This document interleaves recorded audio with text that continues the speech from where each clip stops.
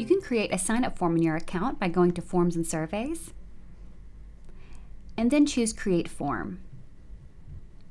From here, you can browse through the different templates you have available. So you can see templates that are specific to newsletter signups or templates that are specific, for example, to free course signups. So you'll be able to check out those different types of templates you have, as well as the different sizes or formats. So if you choose the max size, you can be able to see the templates in more of a horizontal shape that you may feel works better on your website, or simply browse through all of the formats to choose the size that you want that matches the general template that you're going for. There's also access to blank templates, so you'd be able to customize it with your own color scheme. And speaking of color scheme, there's this tool called Color Magic, where if you actually enter in the name of the URL of your website, will actually match the colors from your website onto a form template. So that could save you some time whenever customizing the form or template that you choose. But we can go ahead and just choose a particular template that we want, and I'll show you how to customize it.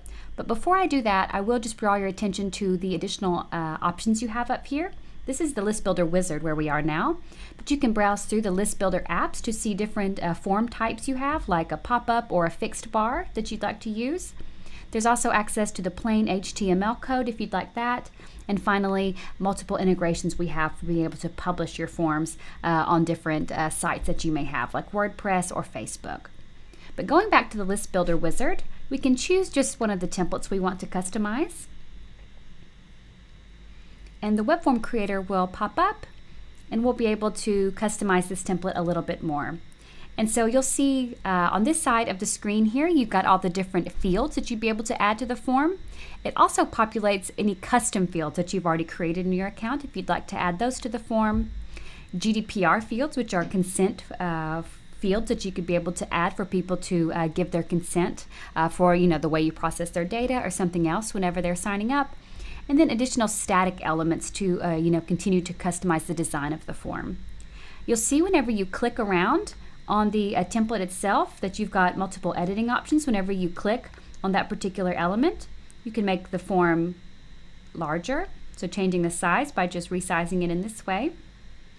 And you also have additional tabs here, so you can adjust the layout of the form in this way rather than dragging it with the cursor.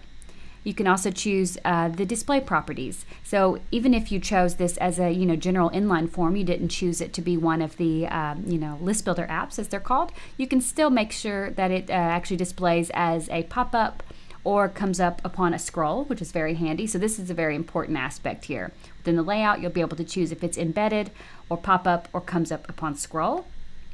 And then the Style tab will be different options based on what element you have selected.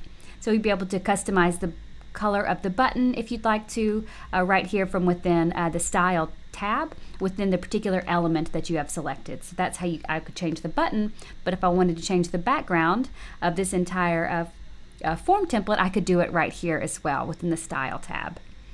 If you'd like to add additional fields, you could, for example, make this a bit larger, move the button down a bit, and let's say I also wanted to choose to be able to add someone's, let's say, birth date. So I would just drag that here, and now I'd be able to gather their birth date information whenever they're signing up.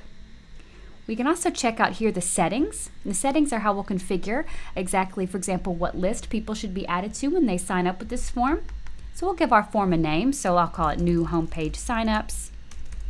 I should choose which list they should be added to whenever someone signs up.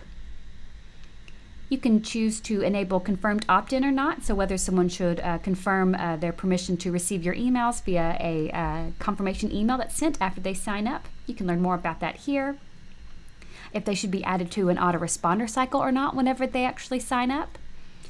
And then the thank you page. So what should someone see after they click submit? Do you want them to stay on this particular page? If you choose default, it will be something that we configure here in the editor. I can show you in a moment.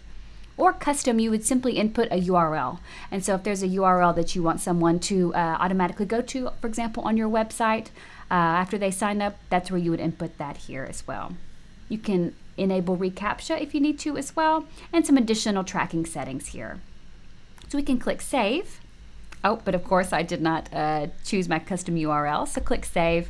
And as promised, If you chose default, this is the thank you page. So whenever someone would submit the form, automatically the form would basically reload instantly, and they would see whatever it is that you've input here on the thank you page.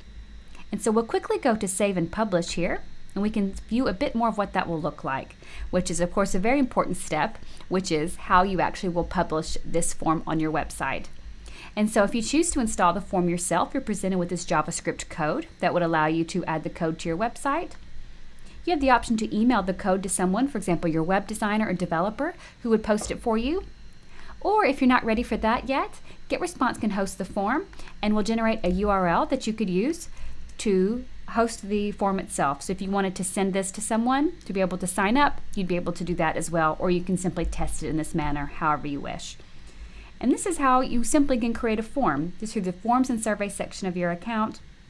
And then you'll be able to manage all of the forms that you create within the manage page for the forms list that you have, and easily go back and edit a particular form, unpublish it, whatever you'd like to do.